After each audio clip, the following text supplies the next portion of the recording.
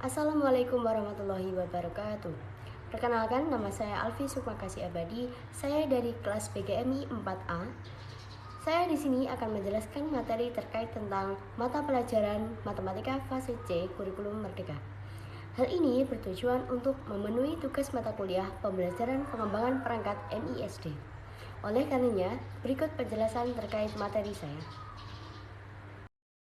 Judul materi yang akan disampaikan adalah menyamakan hasil penjumlahan dan pengurangan dengan cara pembulatan atau bilangan bulat. Lalu masuk ke hal apa saja di dalam itu. Dalam pembelajaran umumnya mempunyai materi terkait yang akan diajarkan kepada peserta didik. Lalu untuk poin pertama, materi yang akan diajarkan itu adalah bilangan. Poin kedua adalah apa?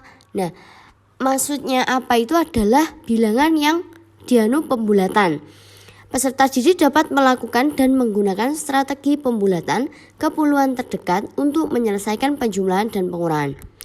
Poin ketiga adalah mengapa. Nah, di dalam mengapa ini, karena penjumlahan dan pengurangan merupakan hal dasar yang harus dikuasai oleh peserta didik kelas rendah dalam pelajaran. Masuk poin keempat adalah bagaimana. Untuk cara mengajarkan materi, peserta didik diberikan suatu contoh bagaimana menggunakan strategi pembulatan kepuluhan terdekat. Lalu poin kelima adalah untuk apa. Nah, agar peserta didik mampu memahami dua strategi mengajar, penjumlahan dan pengurangan bilangan beserta pembulatannya. Seperti itu. Untuk selanjutnya, saya akan membahas capaian pembelajaran atau CP dan tujuan pembelajaran atau TP. Yang pertama adalah capaian pembelajaran, CP. Peserta didik mampu melakukan operasi penjumlahan, pengurangan, perkalian, dan pembagian bilangan cacah sampai 100.000. Yang kedua adalah tujuan pembelajaran, TP. Peserta didik dapat melakukan dan menggunakan strategi pembulatan kepuluhan terdekat untuk menyelesaikan penjumlahan dan pengurangan. Selanjutnya, yang terdapat dalam pembahasan kali ini ialah penyusunan LKPD. Yang pertama, petunjuk belajar. Hal pertama yang dilakukan adalah menjumlahkan atau mengurangi suatu angka dengan angka lainnya, kemudian mendapatkan hasil. Langkah selanjutnya adalah membandingkan dengan penjumlahan maupun pengurangan dengan angka yang berbeda dari sebelumnya. Kemudian sampai pada akhirnya menemukan hasil yang sama.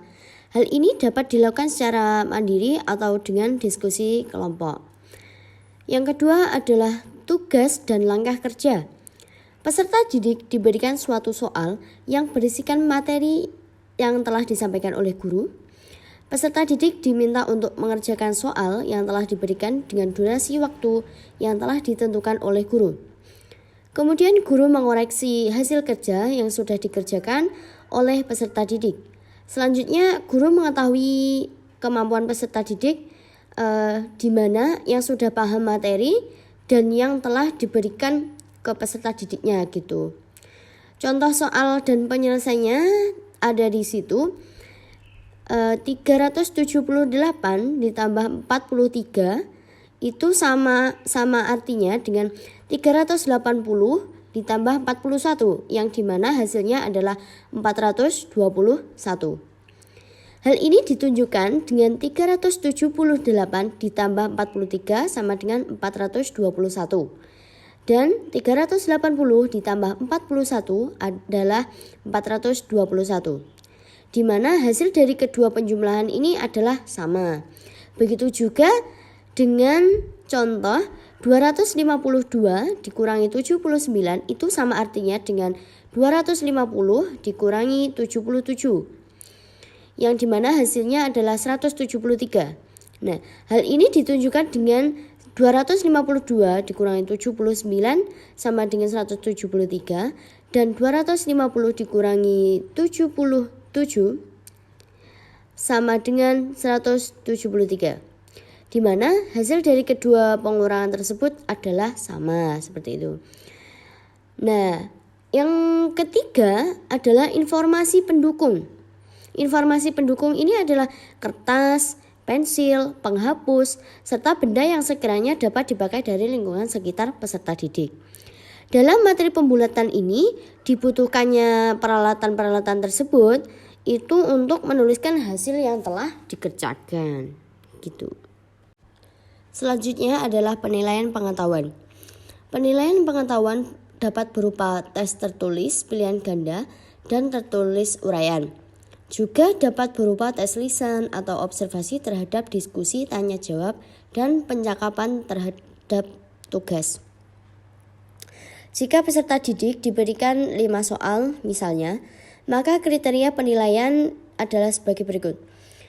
Nilai 100 apabila peserta didik dapat menjawab 5 soal, nilai 80 apabila peserta didik telah menjawab 4 soal yang benar, nilai 60 apabila peserta didik hanya benar 3 soal, dan nilai 40 apabila peserta didik telah menjawab 2 soal yang benar.